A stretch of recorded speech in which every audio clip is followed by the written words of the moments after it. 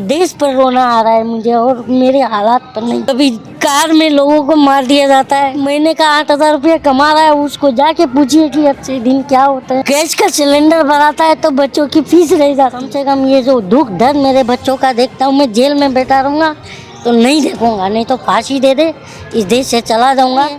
मोदी है तो महंगाई है, मोदी है तो महिलाओं पर अत्याचार है, मोदी है तो हाथरस है।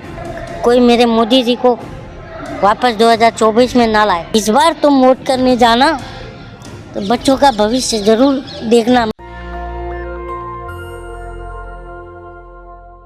नमस्कार, मैं ज्योति आप सभी का नेशनल दस्तक पर स्वागत करती हूं। इन दिनों देश दुनिया में किस प्रकार से हिंदू राष्ट्र और तमाम मुद्दों को लेकर हलचल मची हुई है। कई सारे लोग बाबा जी के बुलडोज़र के साथ सहमति जताते हैं तो कई सारे लोग उसके विरोध में आते हैं। कई सारे लोगों का मानना है कि महंगाई तो बढ़ी ही नहीं है क्योंकि आय दोगुनी हो गई है, लेकिन कुछ लोग कह रहे हैं कि ये 1100 सिलेंडर जो दान देना पड़ रहा है उससे बुरा कुछ नहीं हो सकता। सरकार के अच्छे दिनों के बारे में जनता की कितनी सहमति है ये जान लेना आप लोगों के लिए बेहद ज़रूरी है। आप लोग लगातार अपनी बात मुझे कमेंट बॉक्स के माध्यम से बताते रहते हैं और मुझे भी बेहद अच्छा लगता है। इस वक्त मेरे साथ कलीम शेख जी मौजूद हैं जो कि बड़ी बेबाकी से अपनी बात रखते हैं और आज भी मैं कई सारे मुद्दों पर इनसे चर्चा करूंगी और जानूंगी, क्योंकि ये आम जनता है तो जाहिर तौर पर ये कोई नेता नहीं है, प्रवक्ता नहीं है, तो आम जनता के रूप में सरकार के मैं दावे पूछूंगी और इससे कितने सहमत हैं ये या विरोध में है ये वो मुझे बताएंगे। तो सबसे पहले मैं आपका स्वागत करती हूँ। धन्यवाद मैम। बताइए, सरकार कह रही है कि अच्छे दिन आ गए हैं 2014 के बाद, आप मुस्कुरा रहे हैं। अच्छे दिन, इतने अच्छे दिन आ गए हैं सर, आज हम भुखमरी के कगार पर हैं, इसलिए हंसी आ रही। भुखमरी के कगार पर है। बताइए, भुखमरी के कगार पर कैसे है? राम मंदिर बन रहा है। मैम, हम बॉम्बे में हमारा होटल था, कपड़े का कारोबार था, सब बर्बाद हुआ। और मोदी जी के आने से पहले से मैं वोडाफोन में मैनेजर हुआ करता था, 70-80 हज़ार पगार उठाता था। वो भी तो मोदी जी ने छीन लिया आपका रोजगार? क्यों नहीं। एक देखिए, एक बात बताता हूँ कि जब मोदी जी को औलाद होता ना, तब उन्हें देश के औलाद जो बच्चे हैं उनको उनके दुख दर्द, परिवार का दुख दर्द समझ में आता है। देश का दुख दर्द समझते हैं ना, कि कुछ चुनिंदा छुटपुट लोगों का दुख क्यों समझना? परिवार त्याग दिया है आप लोगों के विकास। लिशन, मैं अपनी बात नहीं कह रहा हूँ, मेरे जैसे इस देश में करोड़ों लोग हैं। आप मीडिया से हो, खुद आपने बहुत सारे जो संस्थानें हैं उनकी रिपोर्ट आप देखते आ रहे होंगे कि कितने करोड़ बेरोजगारी दर जो है 6.5% तो मैंने पढ़ा हुआ था, जो कि मनमोहन सिंह की सरकार में ये 3.5% पे था मैम। तो आप बताइए कि खुशहाली किसके सरकार में थी? मैं ये कह रहा हूँ। अच्छा, कांग्रेसी हैं आप? नहीं मैम, मैं अपनी मेरे ऑब्जर्वेशन बात कर रहा हूँ। मैं मेरे को क्यों परेशान है? कारण बताइए जरा। मेरे सारे धंधे बर्बाद हो गए हैं। किससे? लॉकडाउन, जीएसटी क्या है मैम? जीएसटी का तो यही प्रधानमंत्री विरोध कर रहा था। 2% वैट इसको महंगा लगता था, भाजपाई देश बंद करते थे। आज 18% तक, 5% से 18% तक जीएसटी देना पड़ रहा है। तो आप बताइए कि तो विकास होगा तो ये सब तो देना पड़ेगा ना, विकास चाहिए। मैं तो यही कह रहा हूँ ना, आप समझ नहीं रहे। मैं यही कह रहा हूँ कि मोदी जी अगर सच मानों में विकास पुरुष होते तो ये अपनी बीवी को छोड़कर ना भागते। और आज तक अगर ये बाथरूम मनमोहन सिंह का झाके, अगर बेडरूम बीवी का झाँक लिए होते तो विकास घोड़ी चढ़ गया। तो विवादित टिप्पणी कर रहे हैं। मैं विवादित टिप्पणी इसलिए भी कर रहा हूँ क्योंकि ये आदमी, ये प्रधानमंत्री ही विवादास्पद वाला। सालों साल खपा दिया, जीवन खपा दिया, पल पल खपा दिया मोदी जी कह रहे हैं। किसके लिए खपाया? जनता के लिए खपाया, आप लोगों के लिए खपाया। मैं आपके चैनल पर एक 4 लाइन बोलता हूँ कि सत्ता सच सुनने की आदत बेच देती है, हया को शर्म को आखिर सियासत बेच देती है, और निकम्मेपन की बेशर्मी की अगर आँखों में चढ़ जाए तो औलादे पुरखों की विरासत बेच देती है। तो ये विरासत बेचने का काम कर रहे हैं। एयर इंडिया बेचा तो क्या था, LIC बेचा तो क्या था, रेल बेचा तो क्या था, भेल बेचा तो क्या था, सेल बेचा तो क्या था, LIC बेचा तो क्या था, निवेश करेंगे वही तो बता रहे हैं। वो जो फरहान खान का एक गाना आता है, हवन करेंगे, वही चल रहा है बस। ये सारा कुछ संस्थानों का हवन कर रहा है वो, आग में डाल के। अडानी हवन जलाया हुआ है अंबानी, और उसमें हमारी सारी संस्थानें जा रही हैं, हवन में जला रहे हैं। हवन करेंगे। 2022 तक सभी को पक्के मकान देने का वादा किया था। 3.5 लाख लोगों को चाबियां भी मिल गई हैं। मेरे पास तो घर भी नहीं, दो घर थे, फ्लैट वो भी बिक गया। मैं क्या बात करूं? तो मोदी जी ने छीन लिया आपका घर। मैंने अभी क्या कहा? निकम्मेपन की, बेशर्मी की। अगर आँखों में चढ़ जाए तो औलादे पुरखों की विरासत बेच देती हैं। तो ये निकम्मा औलाद है अपने माँ बाप का। मोदी जी हाँ, चाय बेचने वाले थे। चाय बेचने वाले 71 में इसने बोला चाय बेचा, और 1950 में हमारे प्रधानमंत्री की पैदाइश है, और बोला था 7 साल में घर छोड़ दिया। तो 1949 + 7 ईयर्स 1956, और आज तक पर आ करके कहता है कि मैं 35 साल 40 साल भीख मांग करके खाया। तो मैं 56 में 35 जोड़ता हूँ, 1992 होता है। तो इसने 71 में चाय कब बेची थी? अगर 71 में चाय बेची थी तो फिर 35 साल भीख कब मांगा था? ये खुद झूठा आदमी है।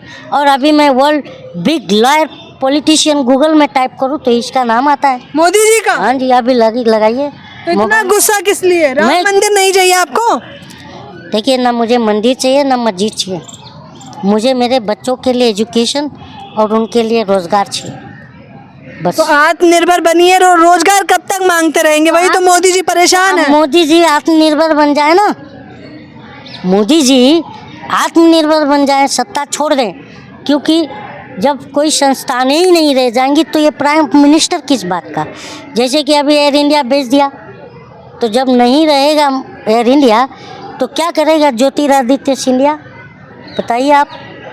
एयर इंडिया है क्या? बिक गया, आपको पता है ना? अच्छा, हाँ, आप बताइए। पता है हमें, आप बताइए। लेकिन वो कह रहे हैं निवेश करेंगे। भाई, उनका दृष्टिकोण आगे तक का है ना, वही तो समझा। निवेश किया है, करेंगे। 24 में सत्ता में तो लाई, 80 करोड़ लोगों को राशन दे रहे हैं। एक वो क्लिप वायरल हुई थी उमा भारती जी का।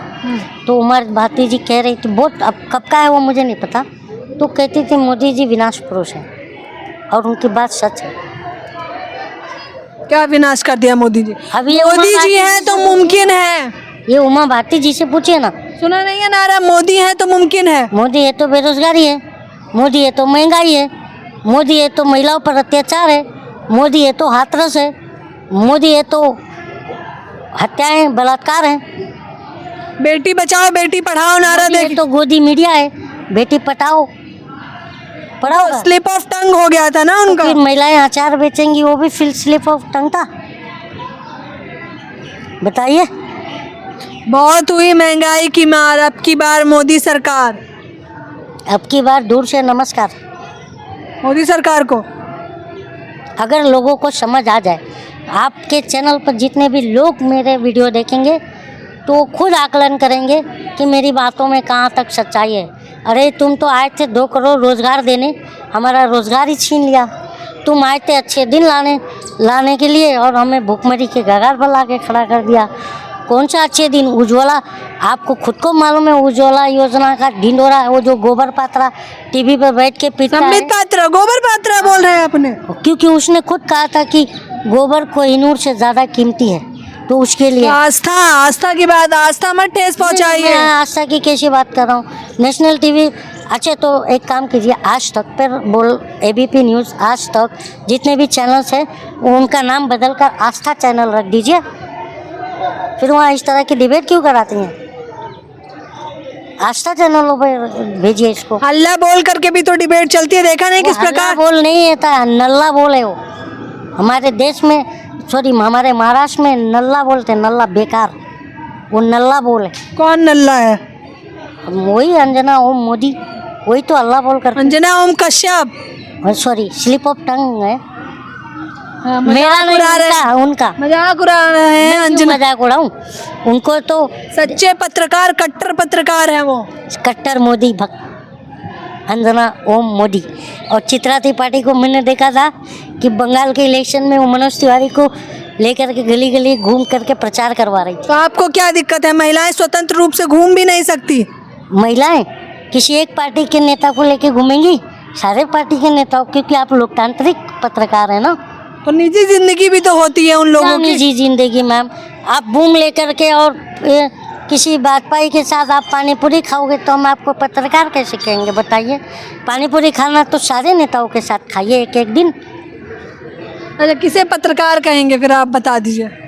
देखिए आज कलम बिक गया। देखिए ये जो लोकतंत्र की बर्बादी के तीन ही लोग जिम्मेदार हैं। एक तो बिका हुआ कलम, दूसरा सोई हुई जनता और तीसरा मरा हुआ विपक्ष। विपक्ष में तो सब धांधलेबाजी चल रही है, देखा नहीं किसके साथ मनीष सिसोदिया पर ईडी सीबीआई जांच कर रही है और अब तो अंदर गए। आपको क्या लगता है मनीष सिसोदिया दूध के दूल्हे हैं? तो मेरे फिर को कौन? क्यों नहीं सीबीआई आती है? अच्छा, आपको सीबीआई पहुंचवानी है? क्यों नहीं आती है? मैं ही आपसे सवाल कर रहा हूँ। आप सच्चे होंगे ना, अच्छे होंगे। तो नहीं आती है हाँ। तो इनके पास क्यों गई? तो ऐसे कांग्रेस पर देखा नहीं, गिरफ्त में कर लिया था राहुल गांधी और सोनिया गांधी जी को। मैं एक बात बता रहा हूँ कि अगर ये सत्येंद्र जैन भी तो सच्चे थे, आज तक तो मालिश करवाते हुए वीडियो पाया गया था ना। तो मतलब आपके भी विरोध में है, बीजेपी के विरोध में? किसी के सपोर्ट में नहीं हूँ, क्योंकि मैं नेता अगर न लेता होता तो भारत विश्व विजेता होता। ये सब नेता चोर होता, सभी के सभी नेता सभी के सभी। अच्छे दिन से खुश नहीं है लग रहा है। हमारे बुरे दिन लौटा दो, मुझे इसके अच्छे दिन नहीं चाहिए। उज्ज्वला योजना, स्किल इंडिया, मेक इन सारे इंडिया, सिलेंडर डिजिटल रखा इंडिया। हुआ। मेक इन इंडिया, हाँ। मेक इन इंडिया में तो सिर्फ गोबर भक्त अंधभक्त बनाए गए हैं। डिजिटल इंडिया, डिजिटल इंडिया कौन सी डिजिटल इंडिया में तो सिर्फ जहाँ पर देखो खाली ये एक मोदी और प्लस हिंदू मुस्लिम के जो वीडियोस तो वायरल। हिंदू मुस्लिम तो आप लोग करवा रहे हैं, मैंने कब किया? आप जनता करवाती है हिंदू मुस्लिम, देखा नहीं? बीजेपी कब कहती है कि आपस में लड़िए, वो तो सबका साथ सबका विकास कर रहे हैं। अच्छा तो ये बताइए जो गुजरात में जो वो जो बलात्कार हुआ था महिला से, क्या नाम था उसका? बिल्किस बानो। बिल्किस बानो। उसके 11 दरिंदों को कौन छोड़ा? कोर्ट छोड़ा। कैसे छोड़ा? किसके ऑर्डर पर? हम न्यायालय पर भी सवाल उठाएंगे। ऑर्डर किया था ना, आप गूगल पे सर्च कीजिए। क्या बात करती हैं? न्यायालय पर भी सवाल उठाएंगे, संविधान से नहीं चलेंगे अब। तो मुंसिफ भी अभी देखिए, हम इंसाफ मांगने कहाँ जाएं? जैसे कोई भाजपाई नेता का केस सुप्रीम कोर्ट में चला जाता है, त्वरित सुनवाई होती है, और जनता के केसेस कितने पेंडिंग कई सालों से पड़ा है उनको फिक्र नहीं रहती। ये बताइए। और दूसरी बात, रंजन गोगोई कहाँ गया रिटायर होने के बाद? राज्यसभा। और क्या चाहते क्या हैं आप? देश की शांति अच्छी नहीं लग रही, उसे शांति भंग मैं करना। शांति चाहता हूँ, और मैं ये चाहता हूँ, मेरी रब से दुआ है कि इन भाजपाइयों से मेरे देश को बचाओ। 24 में भी वही आएंगे, मुफ्त का राशन भी तो दे रहे हैं 80 करोड़ लोगों को। मुझे मुफ्त का राशन नहीं चाहिए, रोजगार चाहिए। मैं खुद 10 लोग को मुफ्त का राशन बांट दूँ। बताइए, देश का 65% आबादी 5 किलो राशन खा रहा है, तो इसका क्या वर्ल्ड मीडिया रिपोर्टिंग नहीं होती होगी? तो वर्ल्ड हमारे बारे में क्या डंका बज रहा होगा कि थूक रहा होगा? मुझे बताइए जरा। वाह मोदी जी, वाह कर रहे हैं सभी लोग। 5 किलो अनाज, इतने बड़े हम मतलब स्टूपिड हैं कि हमें ये नहीं समझ में आता कि साला 5 किलो अनाज जो कि 30 रुपए किलो भी हो, तो 150 का अनाज हम 1100 के गैस पर बनाते हैं और मोदी चिल्लाते हैं। तो इस देश का यही हाल होगा। देखिए, आपने भी तो ताली बजाई कितनी खुशी के साथ मोदी जी करके। हाँ, मैं इसलिए बजाया क्योंकि मोदी के राज में हम लुट गए। मैं अभी बीच में मैं बहुत पहले ये लाइन लिखा था कि मोदी हम तो लुट गए तेरे राज में, जाने तुझको शर्म कब होगी। वो तो मालूम ही आपको। और कैमरामैन, कैमरा जीवी प्रधानमंत्री, ए बाजू हट रे बाबा, मेरा फोटो आन दे, ऐसा रहता है उनका। मोदी जी के बारे में बोल रहे हैं, सोच के बोलिए। मैं क्या सोचूं? देश पे सवाल उठा रहे हैं आप। मोदी जी देश है? बिल्कुल, अडानी पे सवाल उठाना देश पे सवाल हो सकता है, फिर तो मोदी जी गॉड, राम का अवतार है। ये सब आप लोग ने बनाया हुआ है नैरेटिव। मीडिया जो गोदी मीडिया है, रवीश कुमार कहता हुआ चला गया कि टीवी मत देखो, अपने बच्चों को दंगाई मत बनाओ, और आज टीवी ने दंगाई बना ही दिया। अभी देखिए, भी देखिए ना, लोग देखते हैं, समर्थक हैं भाई मोदी जी के। मैं भी हूँ समर्थक हैं आप भी? तो बताइए, गिनवा दीजिए जरा अच्छे दिन ऑन कैमरा। अच्छे दिन 1100 का गैस, 60 रुपये वाला दाल 100 रुपया, तेल 100 रुपया, रुचि गोल्ड, और जो गरीबों का तेल है और जो रिफाइंड तेल है वो 170 रुपया। ये अच्छे दिन है। हाँ तो और आगे ये भी बोलिए कि विकास होगा तो ये अच्छे दिन तो होंगे भी। हाँ, जब शेर पाला है तो खर्चा तो उठाना पड़ेगा मैम। आप सहमत है ना इस बात से? यस ऑफ कोर्स, शेरू महंगा पड़ गया। शेरू बोल रहे हैं आप उन्हें? तो शेर ही तो बोला ना। शेर और शेरू में बहुत फर्क क्या है। फर्क है? आपको नहीं पता? शेर को कभी शेरू बोलते हैं। हाँ, मैं बोलता हूँ शेरू। सामने से नहीं बोल सकते ना, इसलिए आप थोड़ा घुमा के बोल रहे हैं। ना ना, मैं तो भाई ठेला टेला आता है, ये तो बोलते हैं अंधभक्त, ठेला टेला आता है। और मोदी जी भी बोले मैंने अकेले पूरे संसद हिला दिया। ठीक है ना। भावुक हो जाते हैं आप लोगों की ऐसी बातें सुनकर, देखा नहीं? बहुत मोदी जी को देख के बहुत भावुक हो जाता हूँ। इतना मासूम, इतना प्यारा, ओह माय गॉड, बहुत भावुक हो जाता हूँ। कोई मेरे मोदी जी को वापस 2024 में ना लाए। बेचारे 18 घंटा सोते नहीं हैं, दिमाग की तरह देश चाट जाते हैं, वापस ना लाए। तो आप देखिए। अच्छा, बेशरम रंग गाने पर भी एक गाना बना दिया था, वो गाना सुनना चाहूँगी। हमें तो लूट लिया मिलके भाजपा वालों ने, नशा चढ़ा है अंधभक्ति का। ये मैं तो कल ही लिखा था, मैं भूल गया, तो मैं देख के बताऊँ।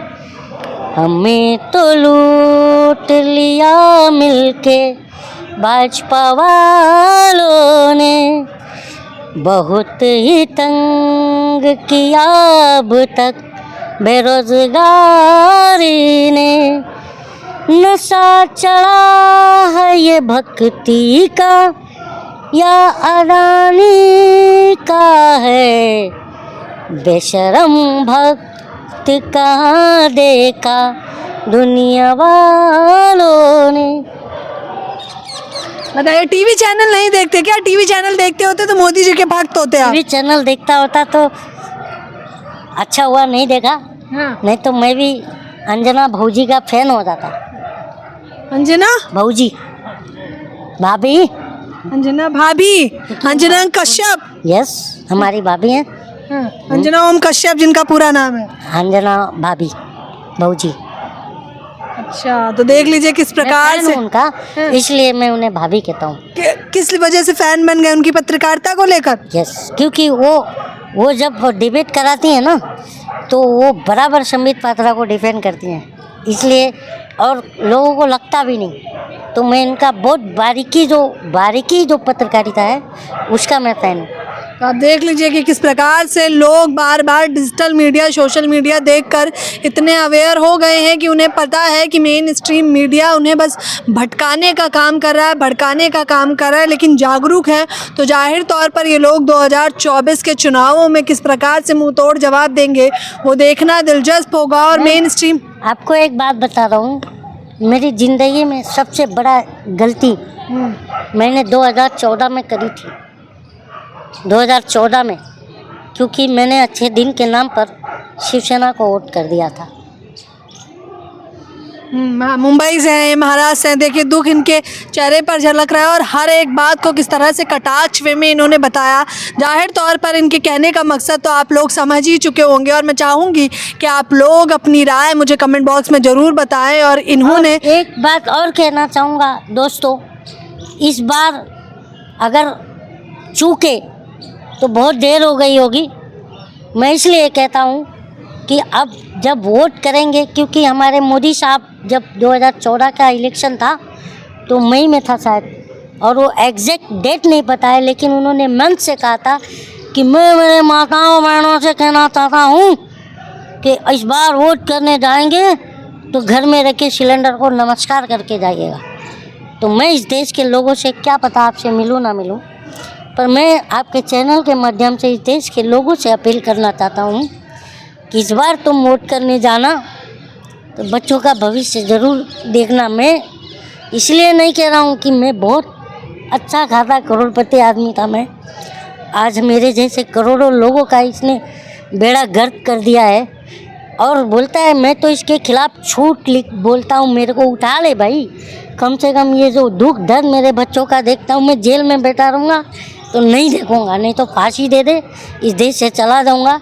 और फिर से दुआ करूँगा कि जब इस टाइप के गधे प्रधानमंत्री होंगे, क्योंकि मैं ये नहीं कह रहा हूँ, मैं मोदी को गधा नहीं कह रहा हूँ। मोदी जी ने खुद कहा था, जब अखिलेश यादव ने कहा था कि मैं सदी के महानायक से, यही वर्ड दोहराया था अखिलेश यादव जी ने कि मैं सदी के महानायक से कहूँगा कि गुजरात के गधों का प्रचार करना बंद कर दीजिए। तब ये जा कर के कहा था कि मैं गधों से प्रेरणा लेता हूँ। तो गधे से प्रेरणा लेने का यह हालत आ गया कि आज परिवार पालने के लिए 500 रुपये कमाना भी मुश्किल है, कोई किसी का साथ नहीं दे रहा। आज ये दुख है। और मेरे को दुख इस बात का है कि मेरे देश की परिस्थिति दिन ब दिन खराब होती चली जा रही है और देश पर रोना आ रहा है मुझे, और मेरे हालात पर नहीं। ये देश कहाँ जा कर के ये होएगा।